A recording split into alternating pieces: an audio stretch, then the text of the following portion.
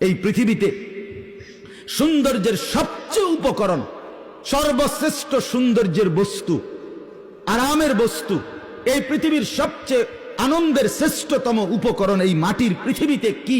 একজন হালাল স্ত্রী, একজন পবিত্র নারী। যুয়্যিনা লিন-নাসি হুব্বুশ শাহাওয়াত মিনান নিসা, এক নম্বরে প্রথম আল্লাহ বলছে। রাসূলুল্লাহ সাল্লাল্লাহু আলাইহি সাল্লাম বলছে তাকওয়ার পরে, তাকওয়া অর্থাৎ কোন ব্যক্তি আল্লাহকে ভয় করে, এই নিয়ামত যদি কারো মধ্যে থাকে, তো এর পরে কোন ব্যক্তির 2 নম্বর শ্রেষ্ঠ নিয়ামত কি? নবী বলছে আল মারআতুস সালিহা, একজন নেককার স্ত্রী।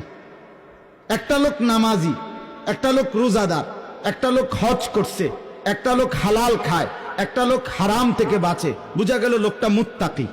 কথা বলেন না, লোকটা কি? এইবার এই লোকটার এই যে তাকওয়া, নামাজ, রোজা, হজ, যাকাত, এরপরে হারাম বর্জন, গুনাহ বর্জনের পরে তার শ্রেষ্ঠ সম্পদ কি? শ্রেষ্ঠ নিয়ামত 2 নম্বরে কি? আল্লাহর রাসূল বলছে আল মারআতুস সালিহা, একজন নেক স্ত্রী। এই যে সঙ্গী, এই জোড়া, তার জোড়াটা তার স্ত্রী, তার স্ত্রী তার শ্রেষ্ঠ সম্পদ। আদ-দুনিয়া মাতাউন ওয়া খায়রু মাতাইহা আল মারআতুস সালিহা। নবীজি সাল্লাল্লাহু আলাইহি সাল্লাম বলেন, তাম দুনিয়া আল্লাহ তাআলা বান্দার উপভোগের জন্য বানিয়েছেন, আর সর্বশ্রেষ্ঠ উপভোগের আনন্দের বস্তু হালাল স্ত্রী।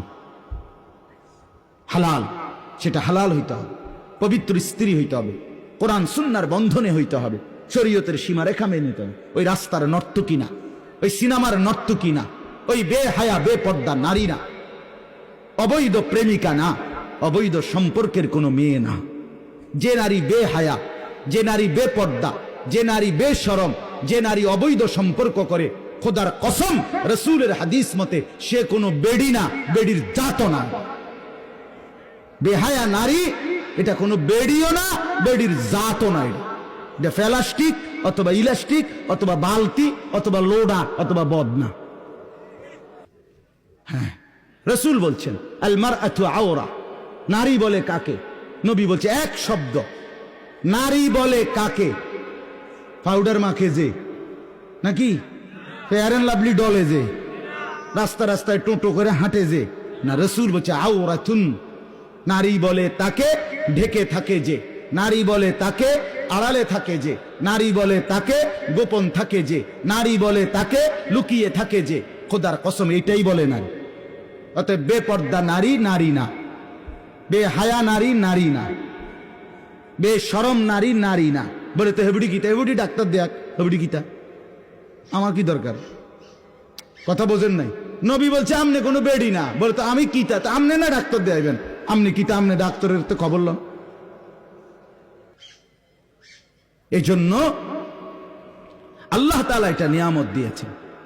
রাসূলুল্লাহ সাল্লাল্লাহু আলাইহি সাল্লাম বলছেন হাদিসের মধ্যে আছে, নবীজি বলছে আরবাউন মিনাস সাআদা, এটা দারুণ হাদিস, শুনেন। নবীজি বলছে 4টি জিনিস কোন মানুষের দুনিয়ার জীবনে সৌভাগ্য, 4টা জিনিস যদি থাকে কারো। 1 নাম্বার আল মারআতুস সালিহা, একজন নেককার স্ত্রী। 2 নাম্বার আল জারুস সালিহ, একজন নেককার প্রতিবেশী, একজন নেককার প্রতিবেশী। 3 নাম্বার আল মাসকানুল ওয়াসি', একটা প্রশস্ত ঘর।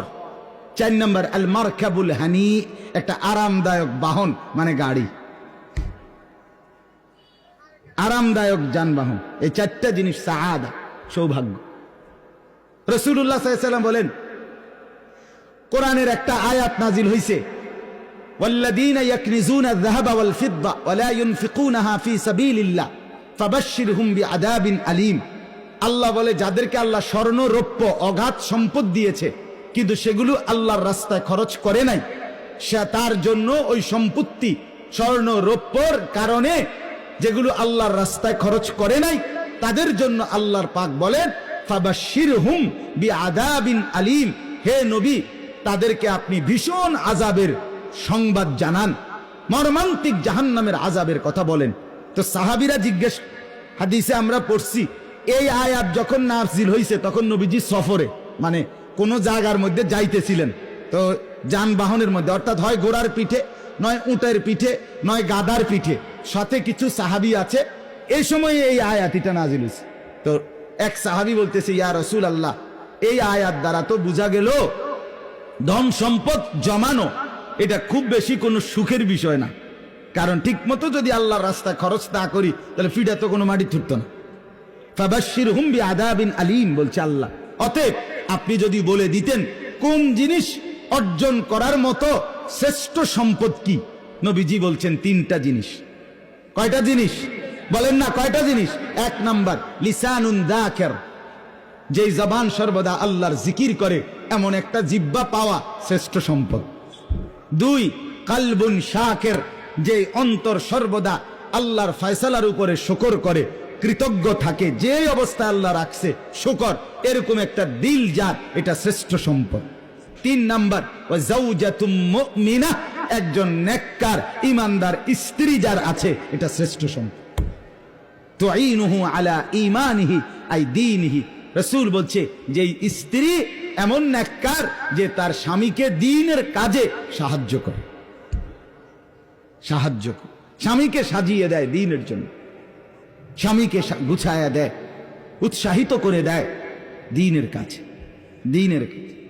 হ্যাঁ, হযরত মাওলানা মুফতি আরিফ বিন হাবিব, বাংলাদেশের বর্তমান সময়ের উজ্জ্বল নক্ষত্র, বাংলাদেশের এক শ্রেষ্ঠ হাদিস বিশারদ, আলেম দ্বীন, বর্তমান সময়ের সারা জাগানো একজন আলেম। ওনার একটা বই বাইরেছে, মিম্বরের আমানত, বইটির নাম 3 খণ্ডে। এটার প্রথম খণ্ডে এই হাদিসটি সব আছে। আমি এই গত 3-4 দিন ধরে ফোর্সি বইয়ে বইয়ে গাড়ি এডি এখন আপনার শুনেন। একজন নেককার স্ত্রী। তাহলে ওয়ামিন কুল্লি শাইইন খালাকনা যাওজাইনি, আল্লাহ বলেন আমি সব সৃষ্টি বানিয়েছি, সবকিছু জোড়ায় জোড়ায় জোড়ায় জোড়ায়। তাহলে আমরা পুরুষ, আমাদের স্ত্রী আমাদের শ্রেষ্ঠ সম্পদ, আমাদের শ্রেষ্ঠ সম্পদ, আল্লাহর কুদরত, আল্লাহর দয়া। অতএব স্বামী আর স্ত্রী মিলে নেককার হওয়া, এটা আমাদের জীবনের বড় অর্জন। আসমান আমাদের মাথার উপরে, এটা দেখে আল্লাহকে চিনা। জমিন আমার পায়ের নিচে, এটা দেখে আল্লাহকে চিনা। আমার স্ত্রীকে আল্লাহর নেয়ামত, এটা দেখে আল্লাহকে চিনা। মিলে মিশে আল্লাহর গোলামি আর বন্দিগির মধ্যে গড়ে তোলা, এটাই হলো আমাদের জীবনের লাভ, আমাদের জীবনের কামিয়াবি। আল্লাহ বলেন এইবার 3টা জিনিস আমি কেন দিলাম বান্দা, মাথার উপরে আসমান কেন দিলাম, পায়ের নিচে জমিন কেন দিলাম, তোমাদের জন্য তোমাদের জোড়া স্ত্রী তোমাদের জন্য কেন বানাইলাম, লাআল্লাকুম তাযাক্কারুন, যেন তোমরা সকলেই উপদেশ গ্রহণ করতে পারো, নসিহত গ্রহণ করতে পারো, আমার গোলামি করতে পারো, আমাকে চিনতে পারো। এত বড় নেয়ামত যিনি দিয়েছেন, আমি তার ইবাদত করব না তো কার করব? মানুষ এত অকৃতজ্ঞ কেমনে হয় বাপ?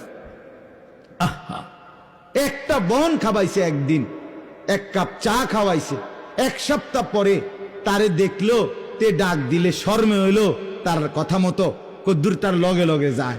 একটা যদি আরেকজনে কই তুই তার লগে গেছ, গেলাম, নইলে ভাই কিন্তু এই গত রবিবার হেতে আমারে একটা বন খাওয়াইছে, 1 কাপ চা খাব, একটা চোখ শরমতা আছে।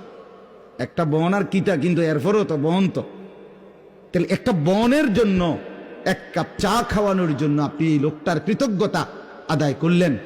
এত বড় আসমান, এত বড় জমিন, এত পবিত্র সহধর্মিনী স্ত্রী আল্লাহ তাআলা দান করার পরেও আপনি আমি যদি আল্লাহর শুকর আদায় না করি, আল্লাহর গোলামি আদায় না করি, আল্লাহর বন্দিগি না করি, আমার চাইতে অকৃতজ্ঞ, আমার চাইতে গাদ্দার, আমার মতো নাফরমান, আমার মতো জন্তু জানোয়ার আর কে হইতে? সর্বশেষ কথা হইল, আল্লাহ তাআলা বলেন অতএব বান্দা যদি এটা বুঝে থাকো যে আসমান আমি বানিয়েছি, জমিন আমি বানিয়েছি, বিছিয়েছি, তোমাদের জন্য তোমাদের জোড়া আমি বানিয়েছি, তাহলে উপদেশ যদি নিয়ে থাকো, ফাফিরু ইলাল্লাহ, তোমরা সবাই শয়তানের কুমন্ত্রণা, নফসের ধোঁকা, নিজেদের নাফরমানির রাস্তা ছেড়ে, তওবা করে, গুনাহ ছেড়ে, ফাফিরু, দৌড়াইয়া ছুটে আমি আল্লাহর দিকে ফিরে আসো।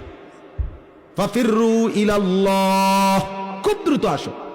আগামী সপ্তাহের লেগে বসে থাকো না, আগামী বছরের লেগে বইয়া থাকো না, আগামী বছর না, আগামী সপ্তাহ না, আগামী রিটায়ার্ডের পরে না, আগামী 1 বছর পরে না, আজই এখন। ফাফিরু, দৌড় দাও, দৌড় দাও আল্লাহর দিকে। ইলাল্লাহ, কি মায়া করে আল্লাহ বলছে, নবীকে বলতে কইছে এটা। বন্ধু, এরা বুঝুনি জিগান, আসমান যে আমি বানাই